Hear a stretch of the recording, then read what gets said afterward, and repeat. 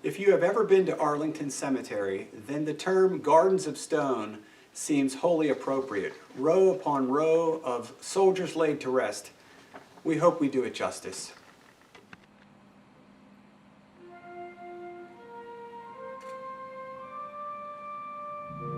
The willingness of some to give their lives so that others might live never fails to evoke in us a sense of wonder and mystery. Words spoken by President Reagan at Arlington National Cemetery. A garden of stone. Resting place for more than 240,000 American military men and women. One gets that feeling on this hallowed ground. The same poignant feeling that one gets looking across the rows of white crosses and stars of David in Europe, in the Philippines, and all other military cemeteries here in our own land. Each grave marks the resting place of an American hero, all different, and yet all alike. As we honor their memory, let us pledge that their lives, that their sacrifices, that their valor shall be justified and remembered for as long as God gives life to this great nation.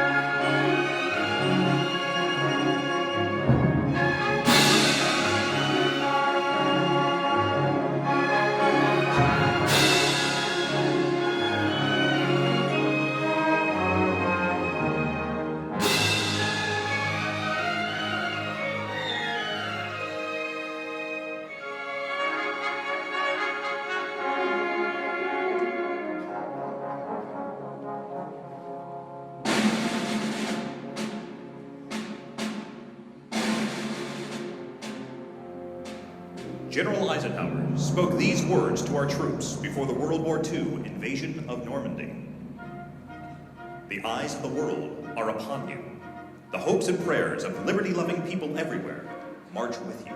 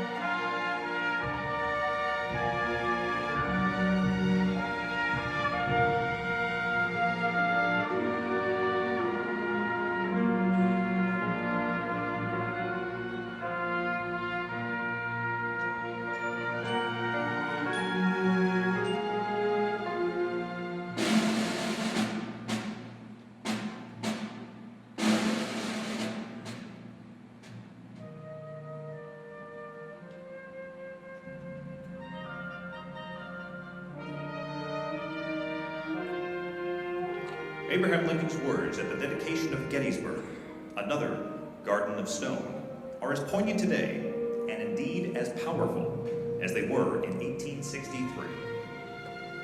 77 years ago, our fathers brought forth upon this continent a new nation, conceived in liberty, and dedicated to the proposition that all men are created equal. Now we are engaged in a great civil war, testing whether that nation, or any nation so conceived and dedicated, can long endure. We are met on a great battlefield of that war. We have come to dedicate a portion of it as a final resting place for those who died here, that the nation might live. This we may, in all propriety, do. But in a larger sense, we cannot dedicate, we cannot consecrate, we cannot hallow this ground. The brave men, living and dead, who struggle here, have hallowed it, far above our poor power to add or detract. The world will little note, nor long remember what we say here, while it can never forget what they did here.